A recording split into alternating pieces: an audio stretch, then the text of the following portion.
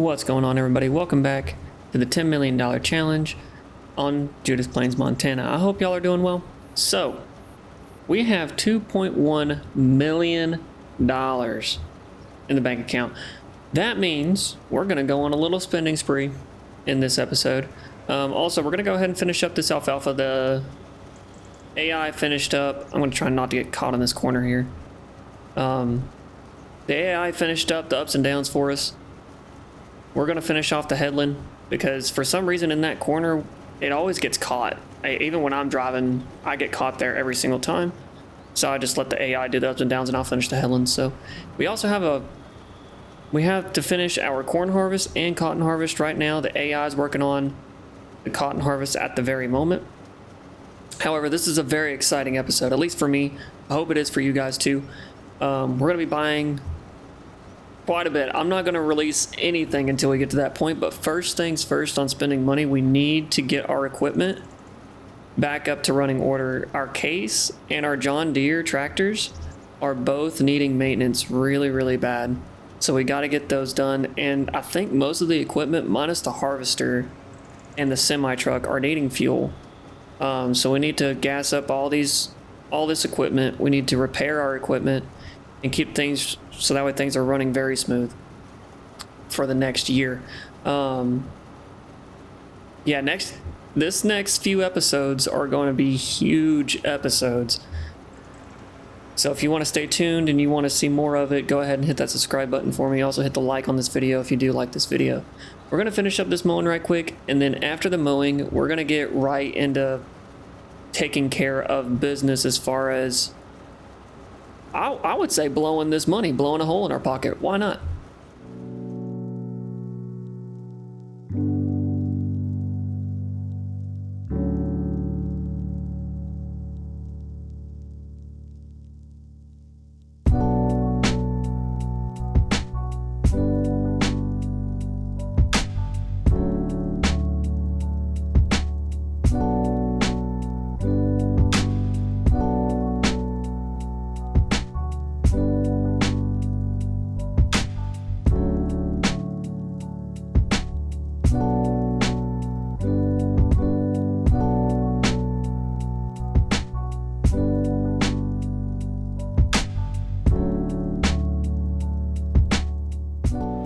Alright, mowing's all done. I did notice that these bales are different colors. So this one is an alfalfa bale.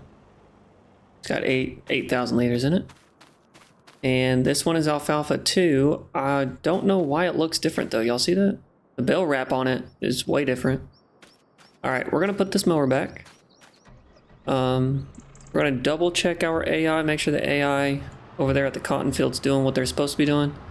And then after that, we're going to go ahead and head to the store, start getting these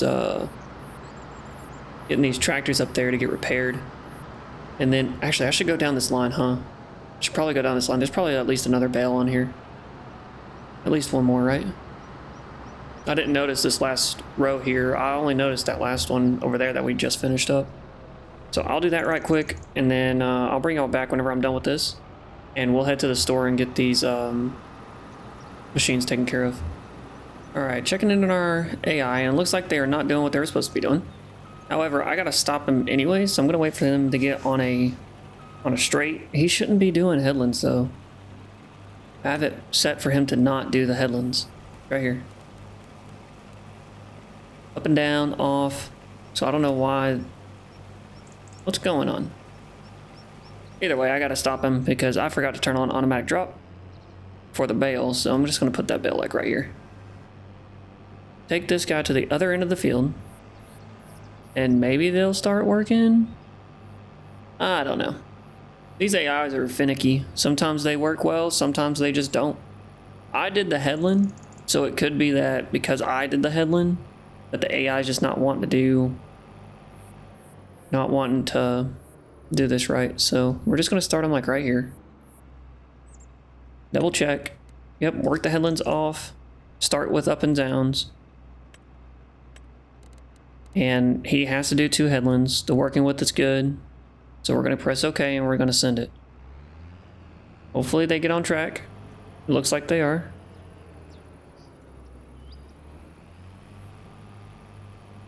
And go. Go, worker, go. Sweet. Yeah, they're on track. So we'll end up doing that later on.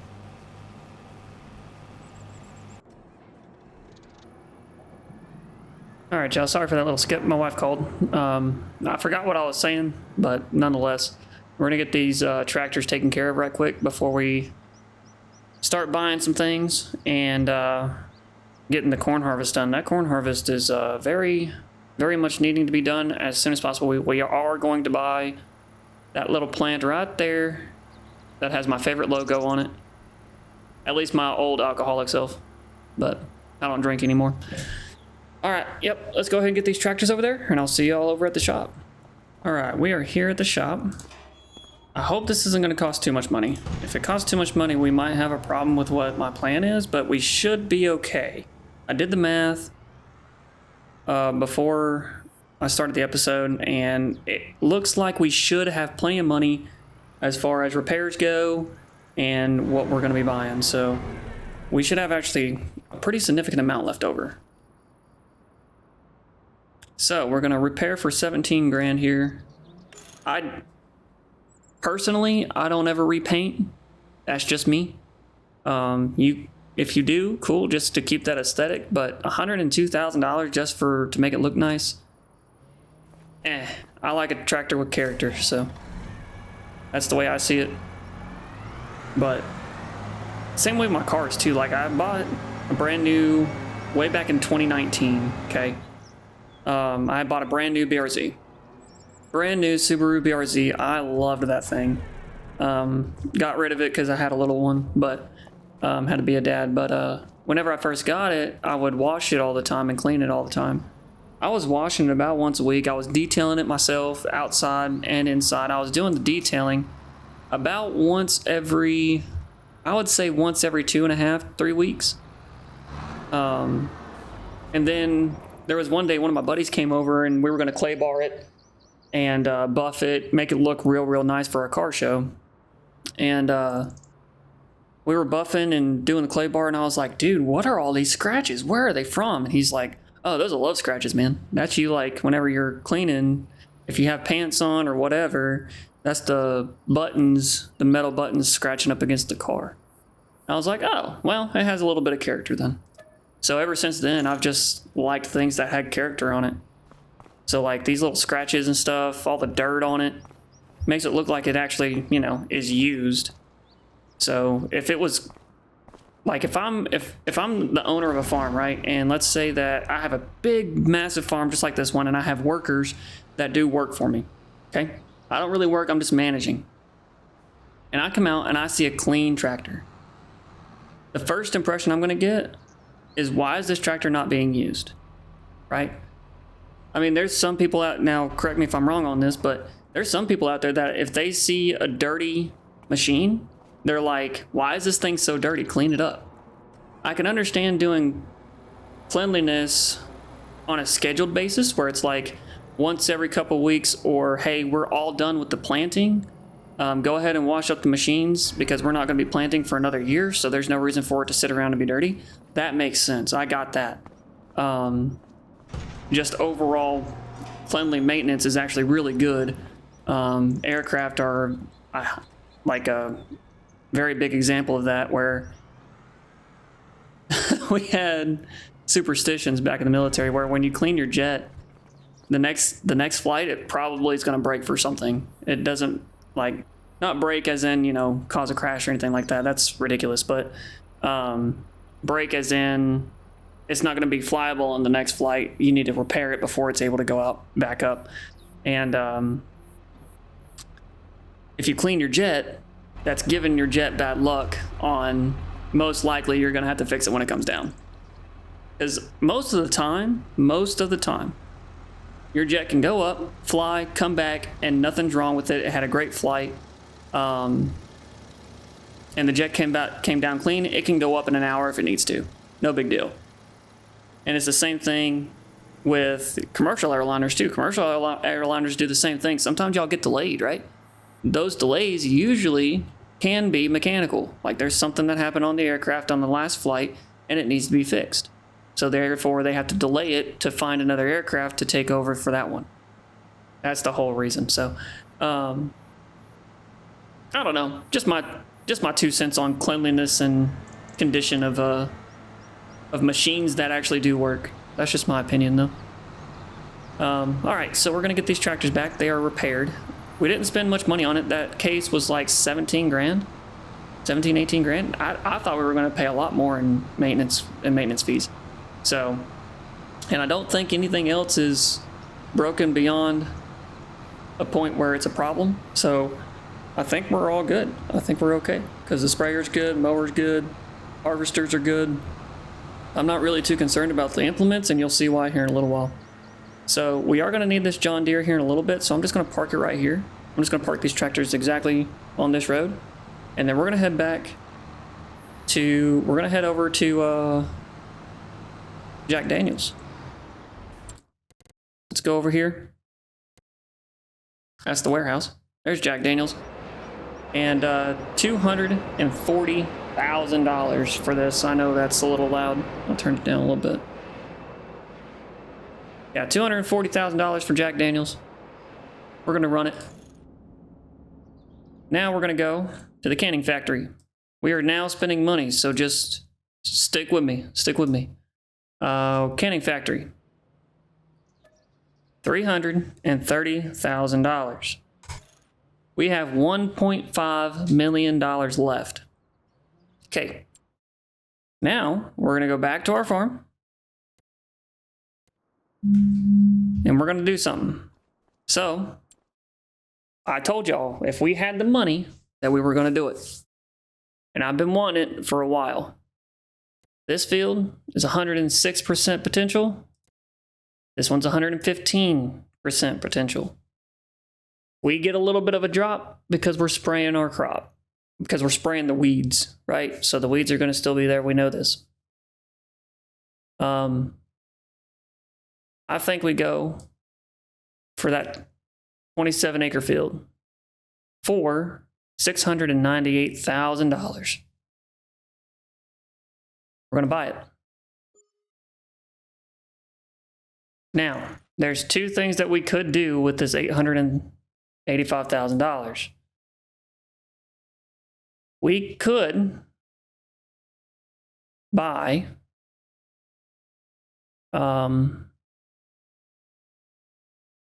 well, actually, we could actually sell this back.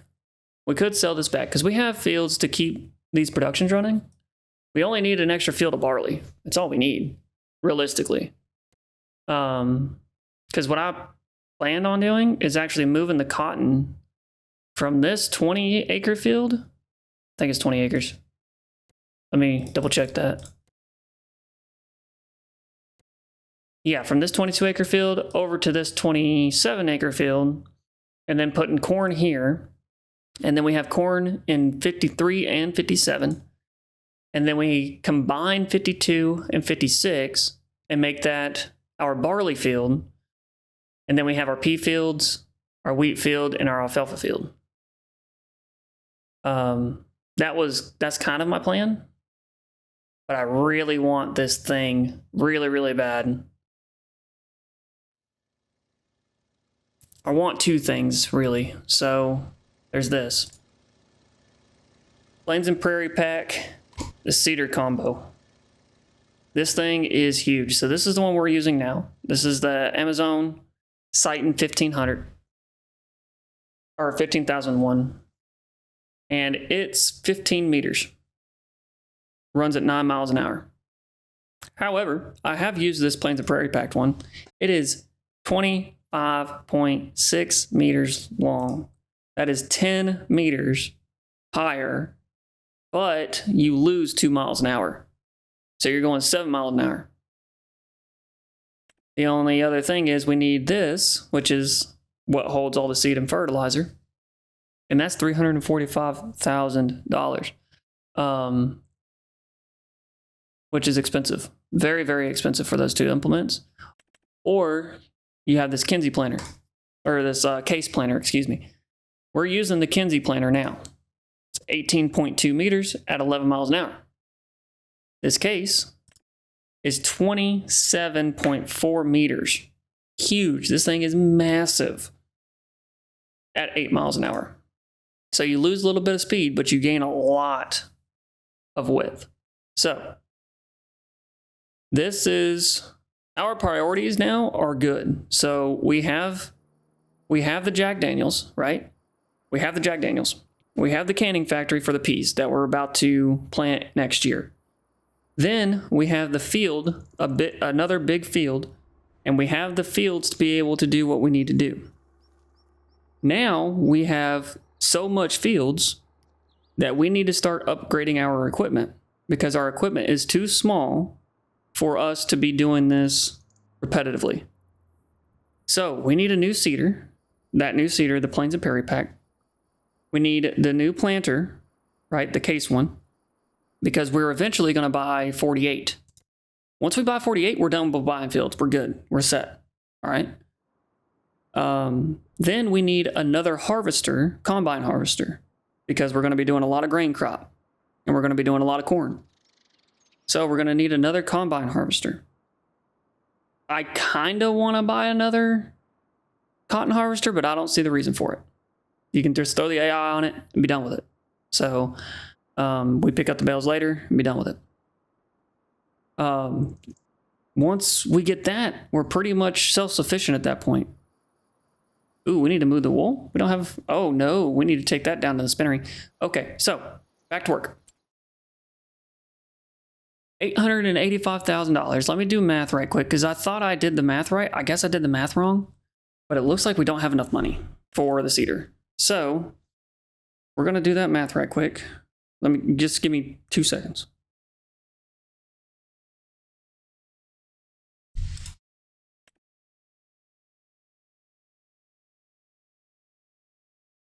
Okay, we do have enough money.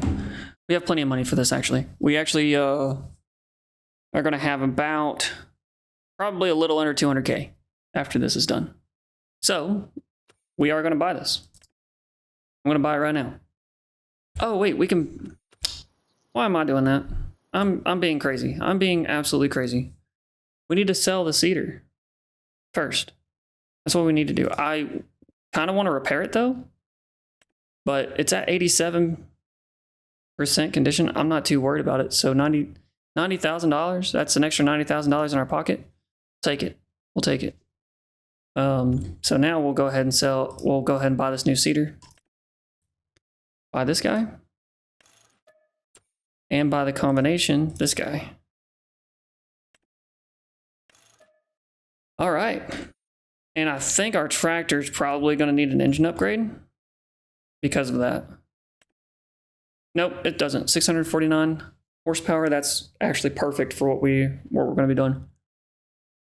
We will need a new tractor eventually. I think 2 is starting to get a little not enough. So, but this case is doing work. It's 435 horsepower and it's been doing work for us. So, which is phenomenal. Yeah, we're going to go ahead and get the wool moved. That's what we need to do. And then we're going to do and then right after that, we're going to do, where's the semi? Where's the semi? There it is. Right after we move this wool down to the spinnery, we're going to get right onto the corn harvest, okay? But yeah, we're down to $317,000, which is still a good amount of money. That's still a good chunk of change. That's not bad at all. That's not bad at all. I think we're going to be sitting real good next year too. We are still going to be having fabric coming through. I want to get this wool down there because the cotton is going to be replacing the wool. So the cotton will run through and then we'll have wool for the next year. So we should get a lot of fabric in next year. Definitely more than we did this year.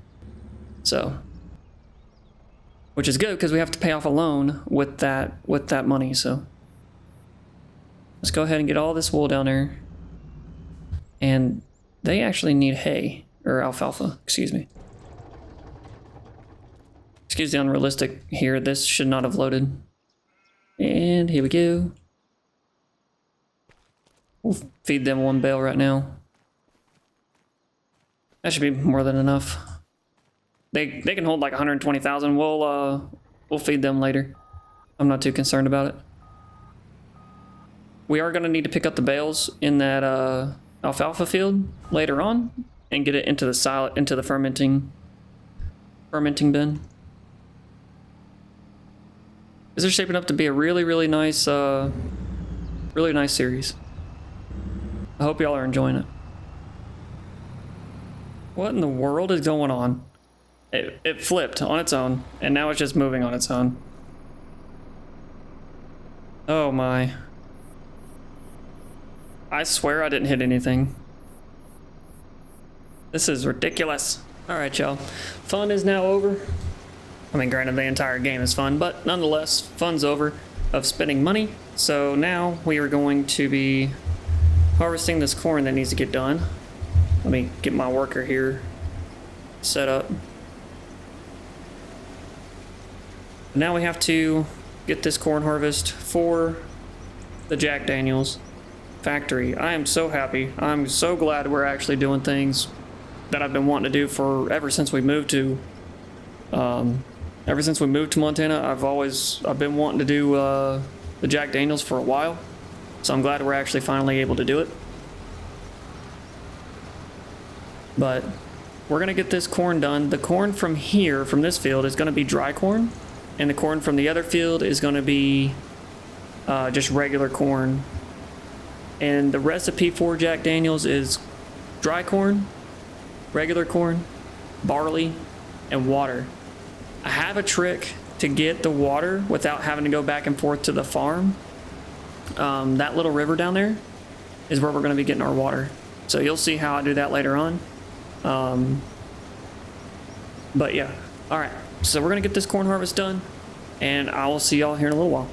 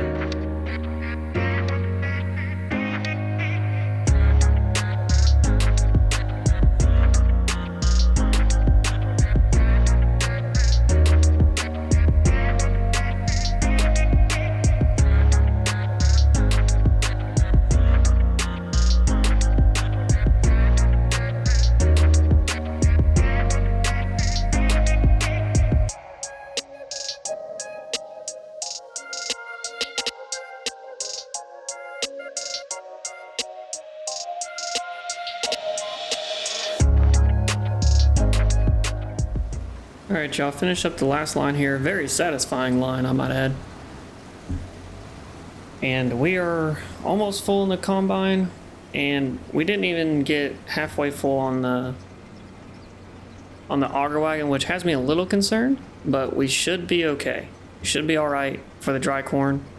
As long as we get like a full load out of this field, and then a full load out of the next field, we should be okay. Should be. Don't quote me on it, but we should be. I don't know if the first round that we do with Jack Daniels is going to be a full year's worth, but I think it's going to get close. But either way, once Jack Daniels and the peas are going at the same time, we're going to be making so much money we don't even know we're not going to know what to do with it. So I already know that once we buy the planter, right? I really don't know what we're going to do with our money. I have no idea. Because we're pretty much good. I mean, we don't really need anything. Maybe a couple extra fields just because we can. I don't know. But maybe an extra spinnery or maybe even a tailor shop. I don't know. Let me know down in the comments what you want to see after we buy the planter. What do you think we can do with the money that we're going to be making? Because we're going to be making a lot of money. I have no idea what to do with it. In real life, I would start putting money into the stock market if I had everything I needed. But that's just me. I don't know. Paying off debts and things like that. But we don't really have debt other than the debt that we have from the cotton harvester that we're paying with fabric. So, which will, I think, literally get paid off in the next fabric sale. If not the next one, the one after. We'll stay disciplined on that. Getting that paid with just strictly fabric. Looks like the cotton harvester is almost done. It's on its last up and down here. And then we'll have to do that headland up there and then it'll be done. Looks like we caught a few bales out of it. Not bad. Not bad at all. I'll take it. Yeah, we got this corn harvest to do.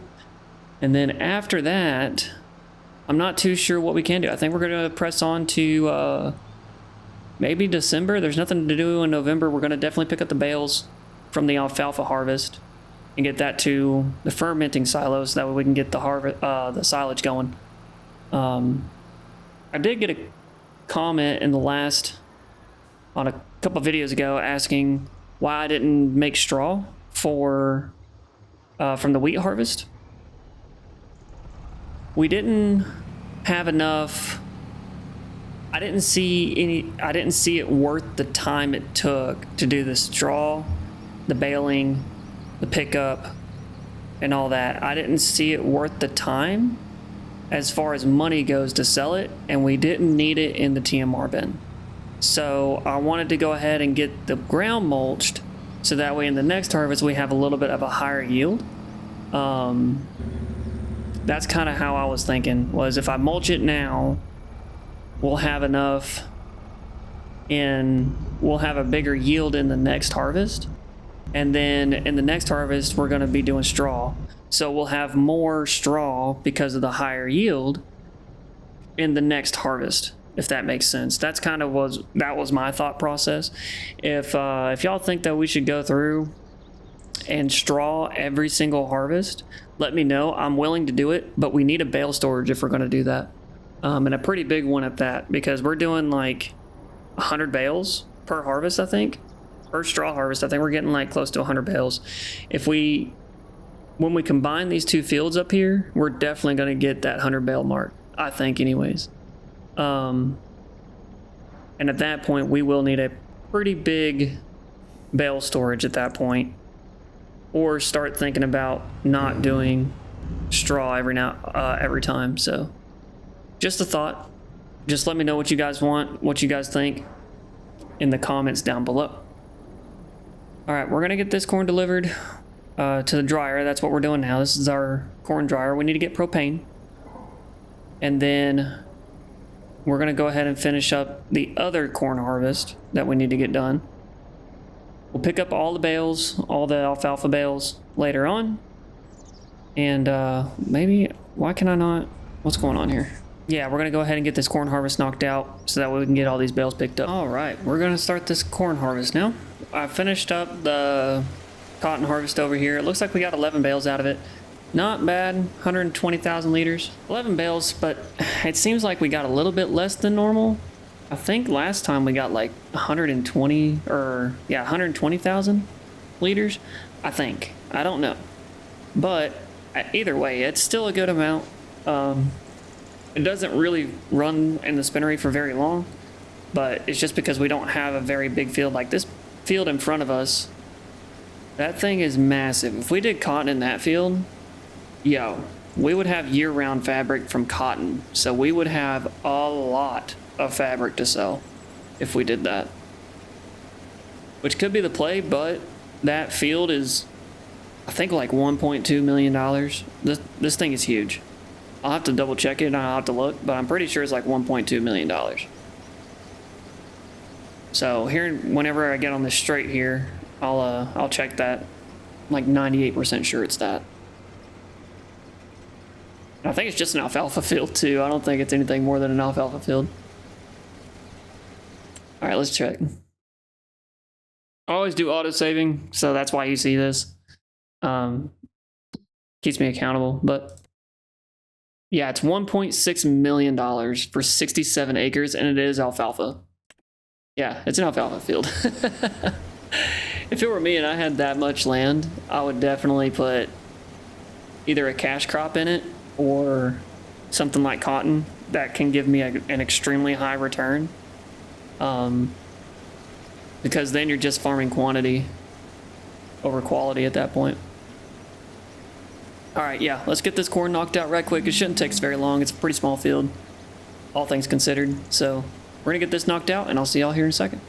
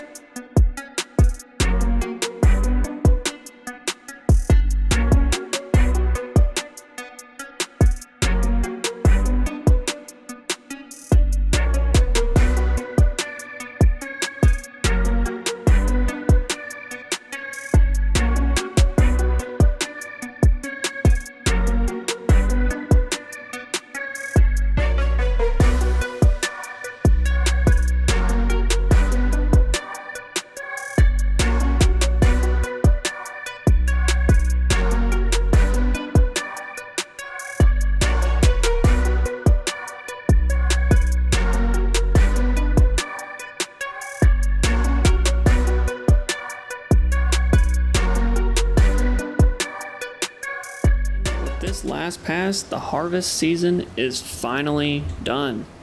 We are all done with harvest season. Finally. Okay. That corn harvest actually didn't take all that long. It took a lot less time than I expected. Mostly because this worker did really well with keeping up with me. I didn't have any trouble out of the follow me mod at all. And it was phenomenal. So I think that was really, really good. Now we have to pick up these bales. We'll probably pick up the alfalfa bales first, and then when we come back, that's when we'll pick up those cotton bales. So we're gonna get this harvester. We're gonna just leave everything parked here for now, and we're gonna go pick up those bales and get that to the fermenting bin like ASAP Rocky. So we gotta get that done.